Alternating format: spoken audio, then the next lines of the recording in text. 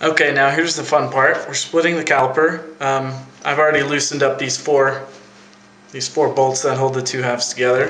What I'm going to do is I'm going to pull these apart.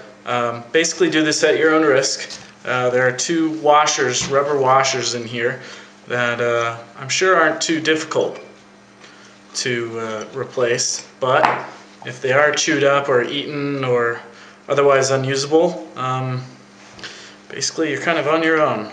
I haven't tried to source them yet. So here we go. This is a real exciting part. These shouldn't be too difficult to get apart.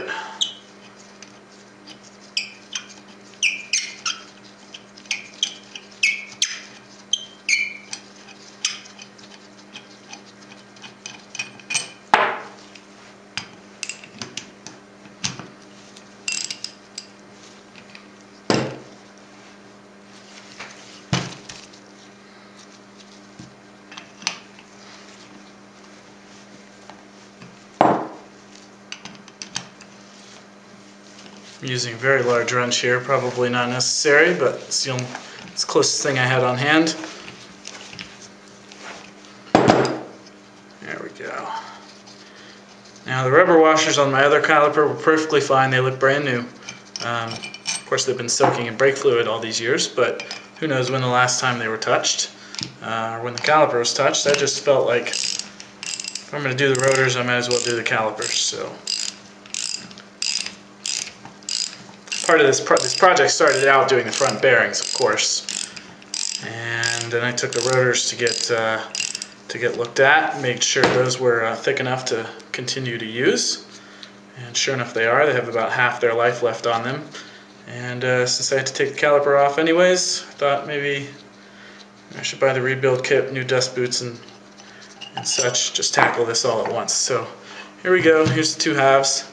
The rubber washers are retained in one half. Don't lose these. You can use a flathead screwdriver to pry them out, or that was kind of overkill. I have these little, I don't even know what you call this, but it's a doctor's instrument. And you can just get these little guys, come on. Grab the lip. I think they're brake fluid, water tension with the brake fluid is keeping them in the hole. Come on, there we go, pops right out. Don't lose that, that's one. And the other, come on little guy.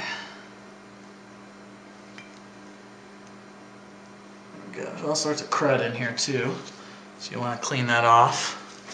But basically that's all we have, it's two of these guys. And so what I'm going to do next is inspect the bores. They look pretty good. There's a little surface rust in there. So what I'm going to do is take some very fine grit sandpaper and clean out these cylinder bores. I'm not going to go too crazy because these pistons actually move relatively freely in there. But what you're going to want to do is pry out the rubber ring in here. I don't know if you can see that, but there's a rubber ring in here on each one.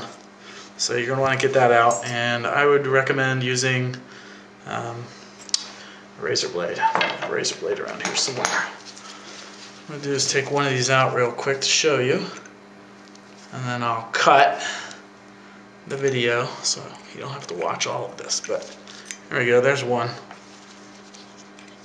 Maybe it won't take that long. There's two.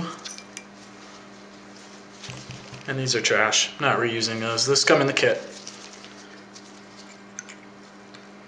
The only thing the kit doesn't include is these two little guys. But I guess they're assuming you don't pull the whole thing apart. And the last one. There we go. So, next up is lightly sanding the bores. Lightly sanding these guys with a little brake fluid and sand. I'm going to use 800 grit sandpaper just to clean them up, make them look a little prettier. I'm not going to take any material off of the actual cylinder. You definitely don't want to go crazy on these because they will leak on you if you sand too much, sand or polish too much. So that's the next step.